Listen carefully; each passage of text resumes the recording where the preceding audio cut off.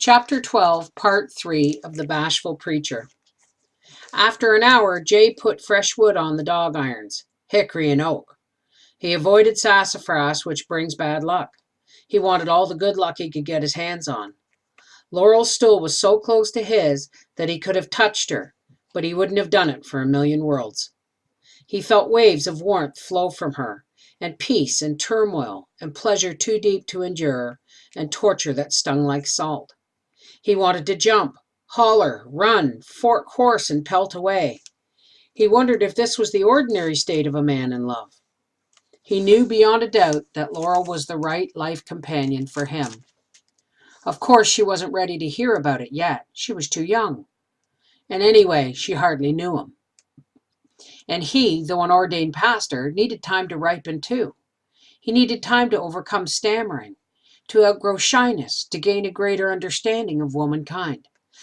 That strange race, which by simply crossing a room can uplift a man, cast him down, humble him, rattle him, and jounce him weak and silly. But surely in one more year.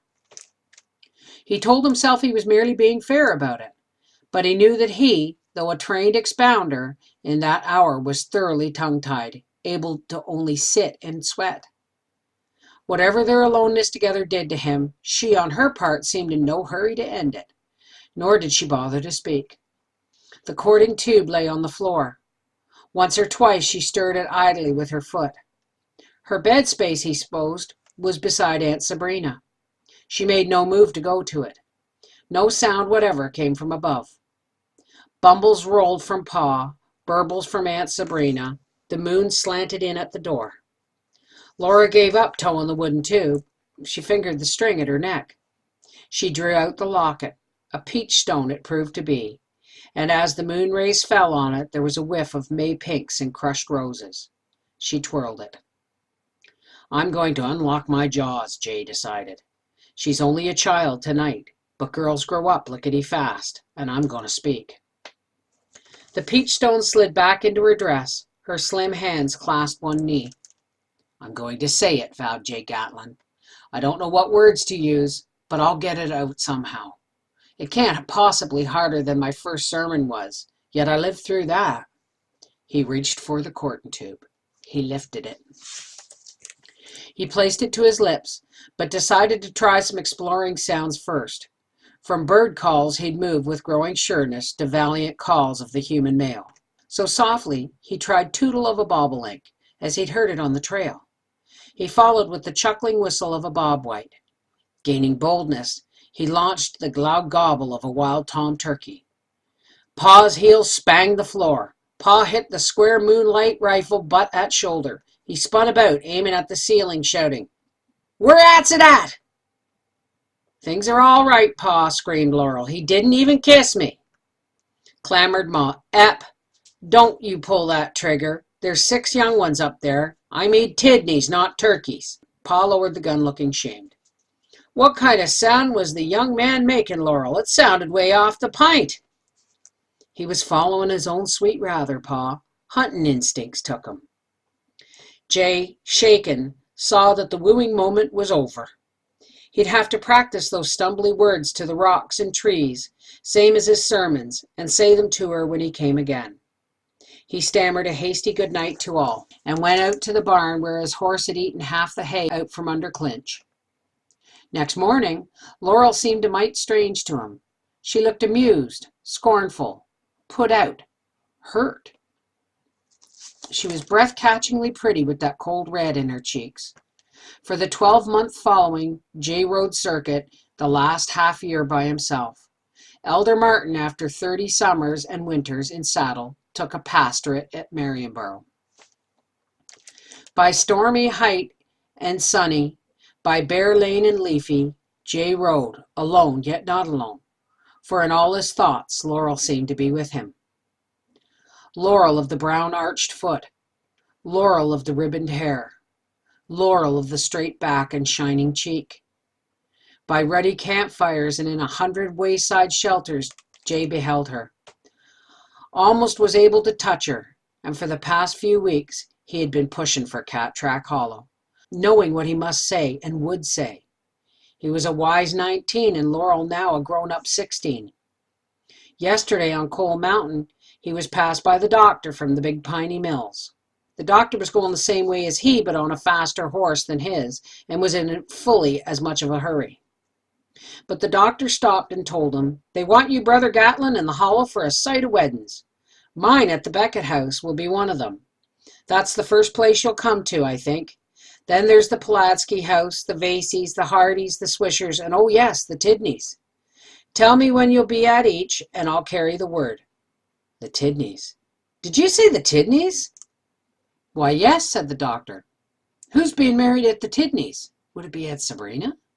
"Laurel," said Dr. Peeler, "to Beach Trevitt. Pretty girl, isn't she? Really blossomed out the past year. Are you all right?" "Yes, quite all right." The doctor, after giving him a quick look, jogged rapidly down the trail. 5 weddings Pastor J. Gatlin had performed, and now he was striding to perform the 6th. Here, behind the gray fence with the sweet peas peeking, was the Tidney house. Smoke rose from the rock and clay chimney, whose hearth by mountain custom never went cold. There were horses tethered to the fence and trees. There were wagons. On the porch was a row of youngsters, Yadkin, Yater, Yancey, Lissy, Flax, and Astor. J. Gatlin dismounted and tied his horse. He was in split-tailed Marion coat and clean overalls. He passed the youngsters, Yadkin grinning, and entered the house. The quilting frame was gone. Candlestick, rifle, and stuffed squirrel were there, and quart and tube too. But the fireboard was decked in flowers. Pa and Uncle Clinch, and Clinch's brand new wife, Levice, claimed yesterday, were on hand. The little Tidneys, who followed the preacher in, were scrubbed to the last inch. Many a neighbor was there: Granny Height, Link Yockey and his fiddle, Ellie and John Lee, Silver Moon Annabelle, Lark Beckett and Brother Bide, a number of Trevitts. Said Aunt Sabrina Vasey, "You should have talked through the courting tube, young man. You were too dilatory." Yadkin Tidney grinned like a little tree frog.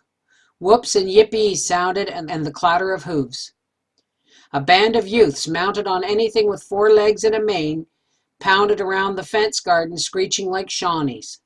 They had blossoms in their hats. "He's arroved," announced Pa Tidney. "Beach Trevitt." Observed Uncle Clinch, who had interrupted his own honeymoon to be here at his niece's wedding. "For best man, Norval Cornet lags a powerful way behind." The young men tied their mounts, clustered for a drench from a jug, and stormed in. Jay had his first look at the rooster who had won Laurel Tidney. Beach Trevitt could do with fewer pimples on his face. Laurel's cooking would probably wipe them soon away. But he was going to be a big man when he filled out. All the Trevitts were strappers. "I guess Laurel will be very happy," thought Jay. "I guess she will." "Let's get on with it," pressed Pa Tidney. "Link, raise some musics." Link Yockey's fiddle spoke. Ma Tidney slipped in from the lean-to and stood back. J. Gatlin took stand before the fireplace. There was a hollow in him that was as a hole made by an uprooted oak. Resolutely he opened his book. For all his recent practice, its pages swam. Well, he'd do the best he could. Beach Trevitt, Victor, and Norval Cornet, best man, took their places. Alyssum and Flax Tidney tipped in, Perky in big bows. Astor followed, a rosy bridesmaid. And Laurel, her hand on her pa's arm. Laurel in her wedding dress. Beach sucked in breath and trembled. Norval sucked in breath and trembled. Jay braced himself. This was Laurel after 1 year. Flowers in her hands, flowers that quaked a little. Her downcast lashes fluttered. Her eyes lifted to Jay's. Not all the martyrs of the church are dead. Jay lined the wedding party up with toes running with the floor cracks, for that brings luck. Dearly beloved. His throat choked. His eyes blurred. He fought to see the printed page. There were 4 marriage services in the book, and if he didn't see the type, he was liable to get them mixed. Well, all 4 were beautiful and solemn. Brother Elisha Martin often had mixed them up on purpose, and the end was the very same. They were the words hewed and carved and fitted to endure through life. Though a defeated lover, Jay was first of all a minister. In the quiet bowers of Eden before the forbidden tree had yielded its forbidden fruit. Norval Cornet was going to ruin this service yet with all that shaking. God saw that it was not good for man to be alone. He made help suitable for him. Jay needed help too, and so did Norv. But Norv received it. Beach Trevitt of the Upper Trevitts closed a steely hand over his groomsman's forearm. Jay fought down a groan. Of the girl and man before him, he stated roundly, "These two persons come now to be joined. If any man can show just cause why they may not lawfully be joined together, let him now speak." Yelped Norval Cornet, wrenching his arm free. "I can show just cause." Pa Tidney leapt as if stung. Ma and Aunt Sabrina's mouth fell open. Laurel gasped. Beach Trevitt swung around. His face was all jaw. "Who says that?" "I say it," Norv's cry was a man's in pain. Jay Gatlin had no schooling for a crisis like this. He made a grab to regain control. To Norv he thundered, "Speak now or forever hold your peace." "I'll tell you why they mustn't be joined," hollered Norv. "I love Laurel myself." Beach swore. Aunt Sabrina screamed. Ma squeaked. Uncle Clint shouted, "Aim for the chin, boys! Always the chin!" Laurel stared mutely from one man to the other, her eyes growing wider. The bunched flowers toppled from her hands. Howled Beach, "I'll beat the way out of you for this, Norv Cornet. Right now, we'll settle this outside." "I'm willin'," said Norv, white and eager. Laurel swayed. Jay grasped her before she sank. He swung her around. His eyes sought hers, and hers were as he'd seen them that morning of his departure a year ago. They were searching, questioning, with that further something that he hadn't understood then, but did at this instant. He shook her. "Laurel!" Words, he struggled for them. That night with the courting tube, but they'd failed him.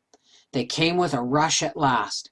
In a score of cabins he'd uttered them as minister. Now they rushed in a torrent, with the least might of change to suit the moment. "Laurel, wilt thou have this man, which is me, to love and cherish, to honor and sustain in sickness and in health, in poverty as in wealth? Do you promise?" "I do, oh I do," wailed Laurel. "Will I, Jay Gatlin, take you, Laurel Tidney? Will I promise to love and cherish you until death us do part? I will, purely I will." Manful strife could be heard outside, thuds, whacks, and grunts. Uncle Clinch and Yadkin cheered. Pa yelled to punch fair. Ma and Sabrina were still within, shocked. Ma and Aunt Sabrina were still within in shocked embrace.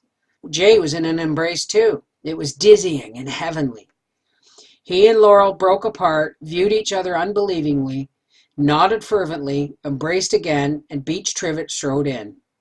His sleeves were gone. His suspenders were split. "We'll get on now," he ordered, "with the marrying."